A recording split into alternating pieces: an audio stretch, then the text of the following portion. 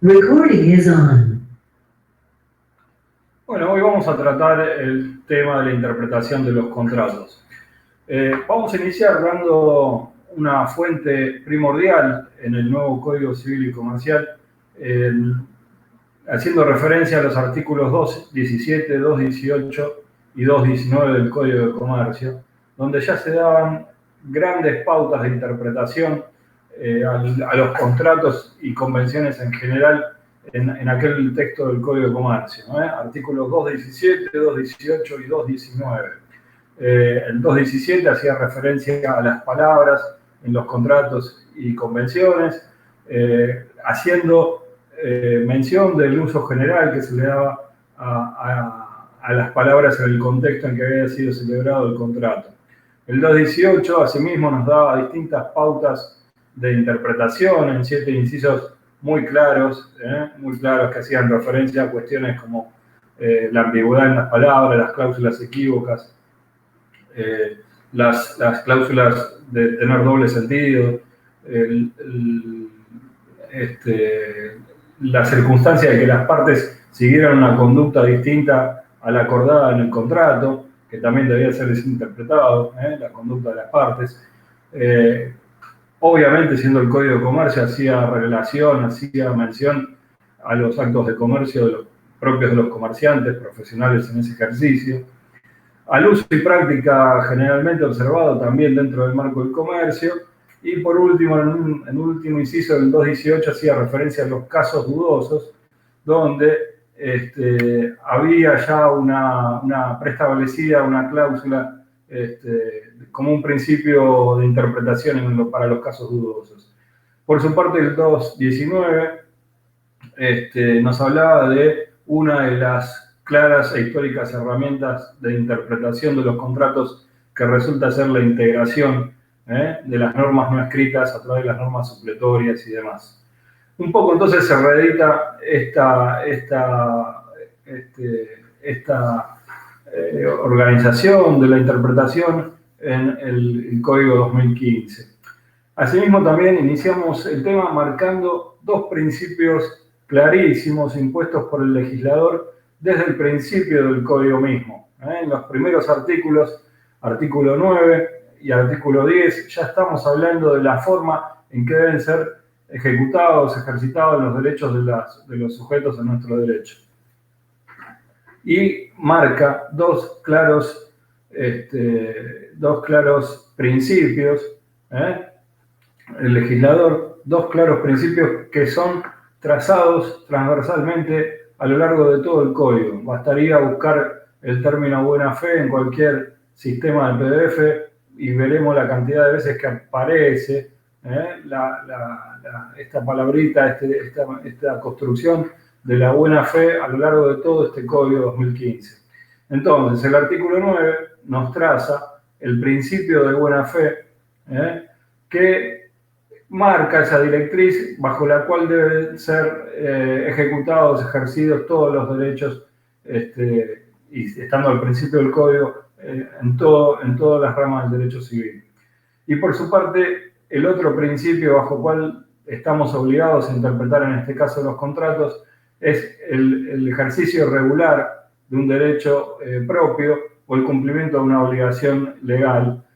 siendo que el artículo 10 impone a las partes realizar ese ejercicio regular dentro de los límites de la buena fe, la moral y, bueno, por supuesto, las buenas costumbres. En exceso de esos límites se entiende que el ejercicio del derecho causaría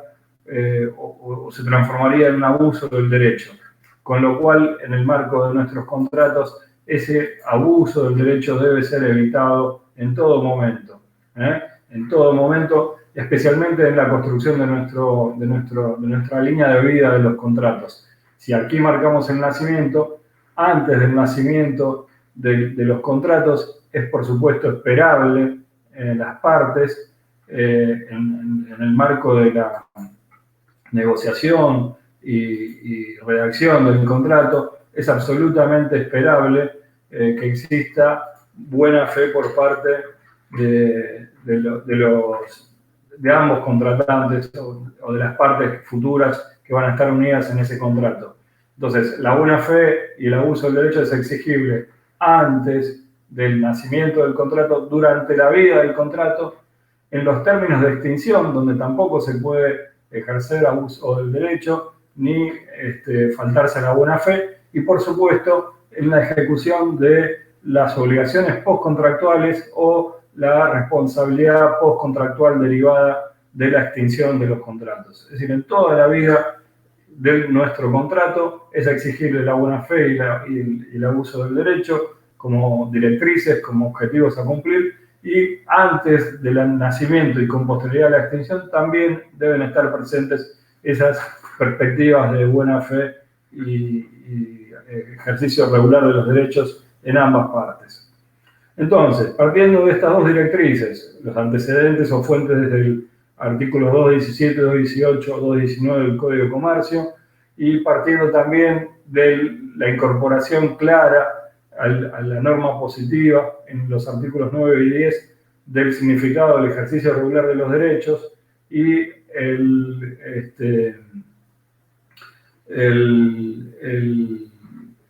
ejercicio regular de los derechos y por supuesto la buena fe contractual, vamos a sumar dos principios más, dos principios que rigen la interpretación de los contratos. El artículo 1066, conocido como principio de conservación del negocio jurídico, o favor negoti, la doctrina comparada, por la cual vamos a estar siempre, en todos los casos, sobre la duda en la redacción o en la eficacia de alguna de las cláusulas, en el sentido de darle valor a nuestro instrumento contrato. Ante la duda, siempre vamos a estar por la existencia del negocio jurídico, ante la existencia de la cláusula, tratando de salvar esa duda, esa oscuridad, esa posible doble interpretación, en base a buscar, por ejemplo, otras fuentes del derecho, como puede ser la jurisprudencia, la analogía, derecho comparado de los usos y costumbres, y que esas herramientas, esas otras fuentes y medios nos permitan, por supuesto, servir para resolver esas dudas, vacíos o oscuridades en pos de la salvación del negocio jurídico, de la existencia del negocio jurídico, por este principio de conservación o favor negoti, establecido también como directriz en el artículo 1066 del Código 2015. Junto con eso, también debemos hacer mención a otros principios que rigen la interpretación de los contratos, pero ya van a ser en materia de derecho del consumo. Acá en el punto marcamos que el legislador del 2015 optó por la posibilidad de mantener un texto, una norma especial del derecho de los consumos, que es la ley 24240, sin derogarla. Se puso a regular también situaciones propias del derecho del consumo en el código, a partir del artículo 1092, que establece los contratos de consumo, manteniendo entonces una doble fuente normativa en materia de consumo: la propia ley de defensa del consumidor y ahora el ordenamiento de consumo. En otras situaciones similares, el legislador del 2015 ha optado por la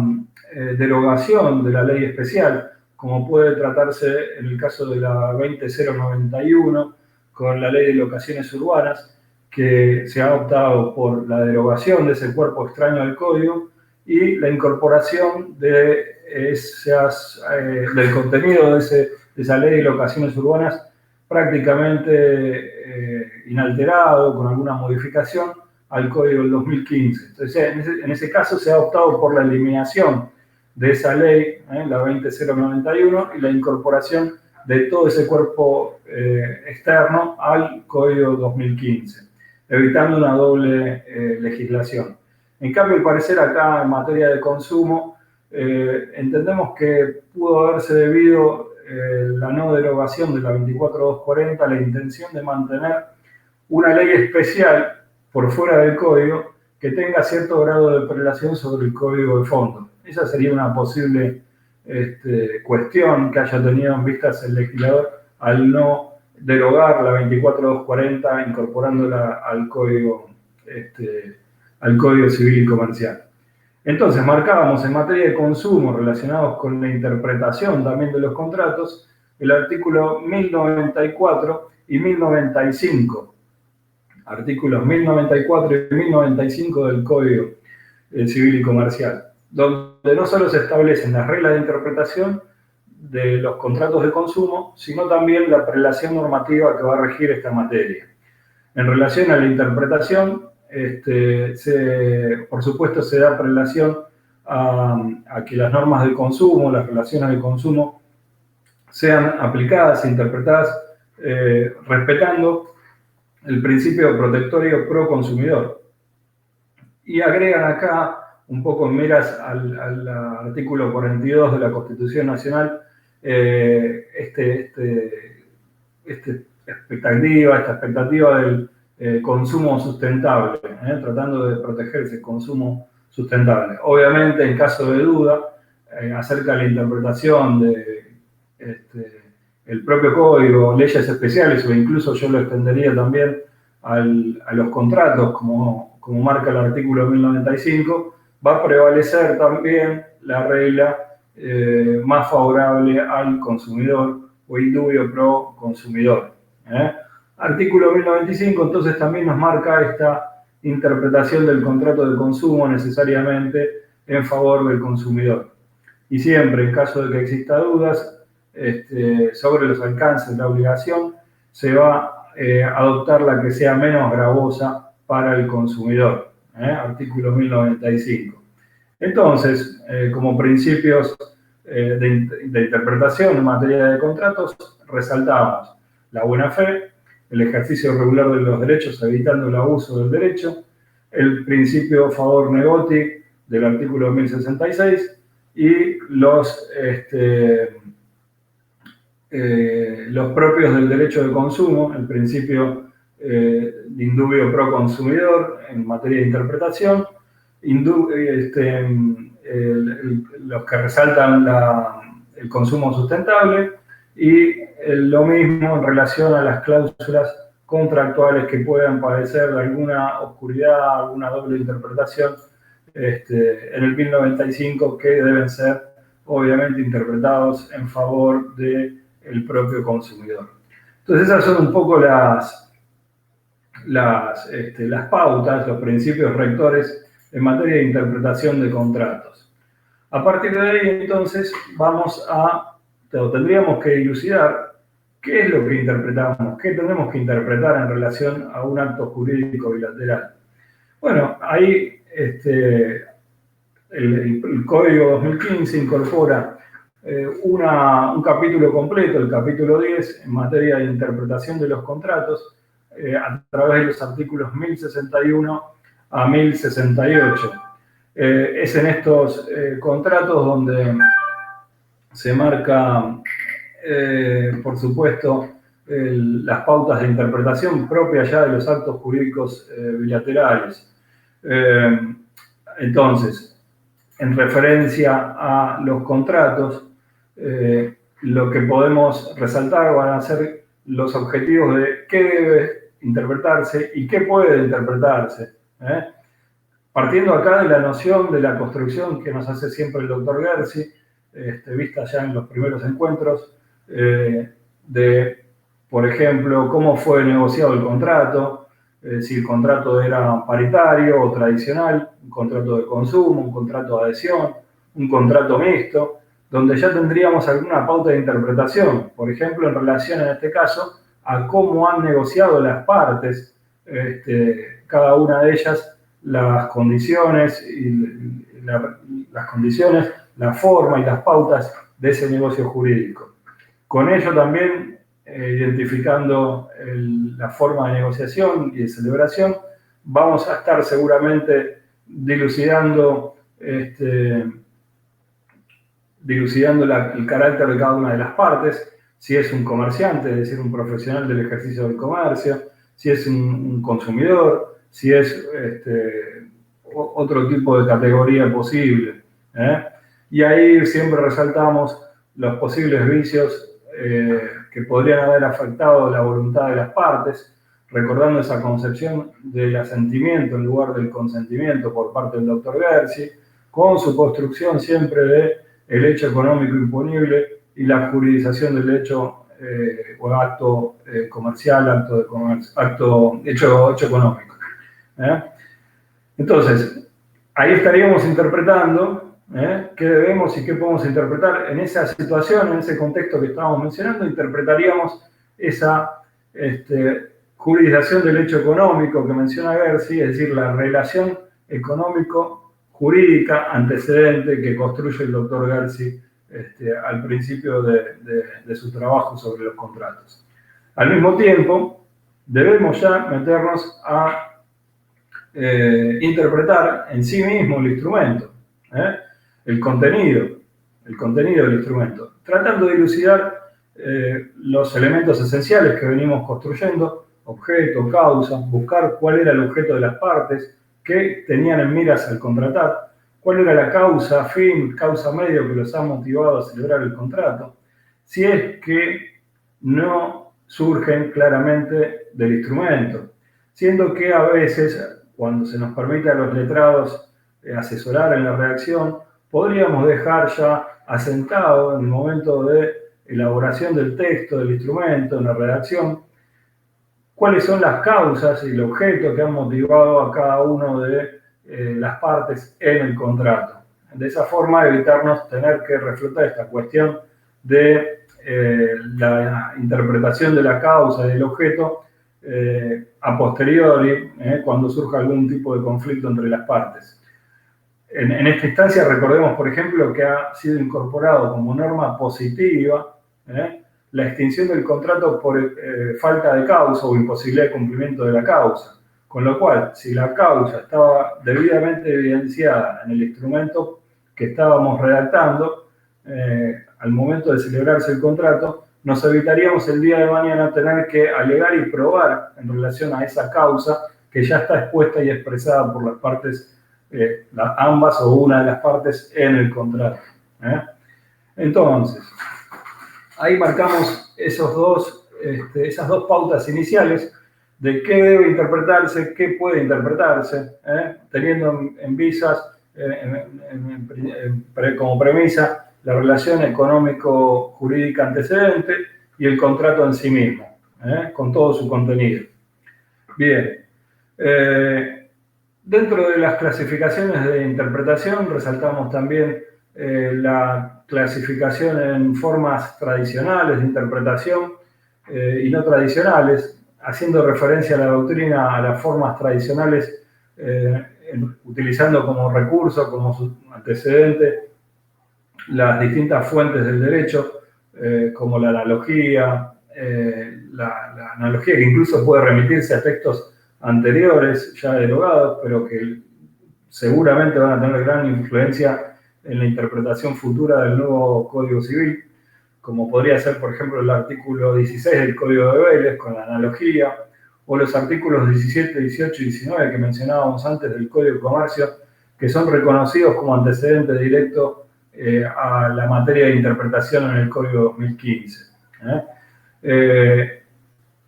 La costumbre referida en aquel artículo 17 del Código Civil de Vélez, y las no tradicionales, donde también ahí analizaríamos las capacidades, condiciones especiales de cada una de las partes, la forma de su conducta, cómo ejecutaron las conductas a su cargo, y a partir, de las figuras construidas con fuente pretoriana, luego incorporadas al texto del Código Civil del año 68, Ley 17711, como las construcciones de la lesión, el ejercicio regular de los derechos, el abuso, la imprevisión, algunas ya traídas como norma positiva al Código 2015. Bien. Ya metiéndonos en los tipos de interpretación, La doctrina en materia de contratos interpreta identifica como tipos de interpretación posibles. Seguimos la clasificación de auténtica, aquella que es hecha por los propios autores de las conductas, es la interpretación de los propios autores del contrato, quienes han sido quienes prestaron su propia autonomía de la voluntad. Los tipos de interpretación judicial, donde ya vamos a recurrir a al último intérprete posible ante el conflicto, ya por supuesto, que va a ser el magistrado, el juez, que le toque resolver el conflicto planteado con un caso en concreto. Siempre teniendo esas críticas que hacemos en algunos tramos de la materia en relación a los tipos abiertos, especialmente en materia de contratos, en favor de la interpretación de los jueces. Considerando acá también que esta interpretación va a venir luego de todo un proceso judicial, a través de la demanda, la contestación, la prueba, la futura sentencia, los trámites recursivos y demás, con lo cual nos hace prever que esta interpretación judicial va a ser demorada en el tiempo. Y por supuesto, la interpretación judicial va a prevalecer sobre la interpretación que pueden haber hecho antes las partes que llamábamos interpretación auténtica, ya que, por supuesto, la interpretación judicial va a tener por finalidad precisamente agotar el conflicto suscitado quizás a partir de esa propia interpretación auténtica. Bien, ya como pautas de interpretación el código nos entrega algunas, y repetimos, observamos como fuente directa esos artículos 127, 128 y 129 del Código de Comercio. Veamos como pauta de interpretación genéricas en el Código Civil y Comercial, artículos 1061, con antecedente directo también en el 1198 del Código Civil,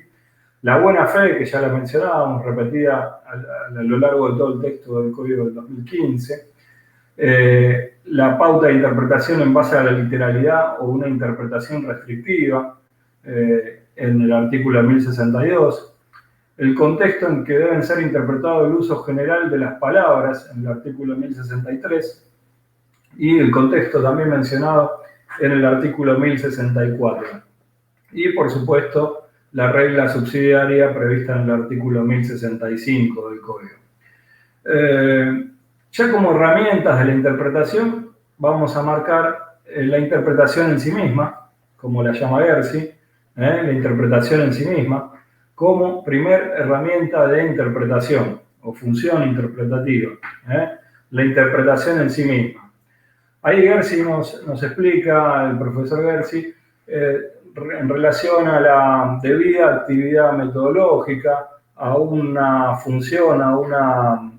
tarea de reconstrucción histórica que debe hacerse del contexto y de la situación de las partes y de la negociación previa al nacimiento del contrato y hasta la celebración. Es decir, en qué contexto fue negociado, fue celebrado, fue redactado el contrato, qué intercambios hubo entre las partes, si hubo o no precontratos, si hubo cartas de intención.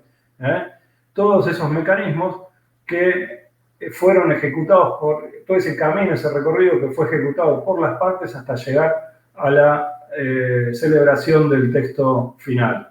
Entonces ahí haríamos una actividad de reconstrucción histórica, analizando la relación contractual ya en su origen y cómo han llegado las partes a ella, si son profesionales o no del negocio jurídico que están celebrando, si ya lo habían celebrado o no, si tienen estudios, si no tienen estudios, en qué marco social se desempeñan normalmente esas partes, qué lenguaje utilizan habitualmente, en qué medios se mueven. Todas esas observaciones, esa tarea de esa actividad metodológica que hay que hacer, la llama Gersi entonces interpretación en sí misma y la identifica como la primera función de la interpretación o la primera herramienta de interpretación que a la que podemos recurrir ante cualquier contrato. Por su parte, la segunda herramienta, la segunda función de la interpretación que marcamos es la integración en sí misma. La integración. La integración va a ser, especialmente en el tipo de sistema jurídico que lleva nuestro país, la integración de todo el sistema o todo el marco jurídico que venimos estudiando desde los primeros encuentros, recordando que ya el doctor Gersi nos decía que los presupuestos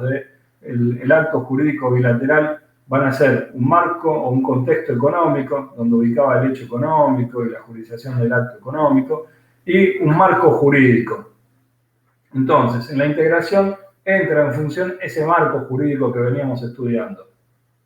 Esto quiere decir que nuestro acto jurídico bilateral, quizás representado o expresado en un instrumento de 2 o 3 carillas, en sí no se va a limitar al frío texto de esas carillas, sino que nuestro acto jurídico bilateral expresado en forma escrita en esas carillas, en esas hojas,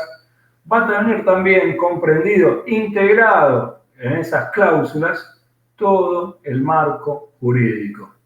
Todo el marco jurídico. Obviamente, respetando las reglas de relación y prelación normativas que habíamos mencionado ya en el artículo 963 cuando empezábamos a estudiar los contratos.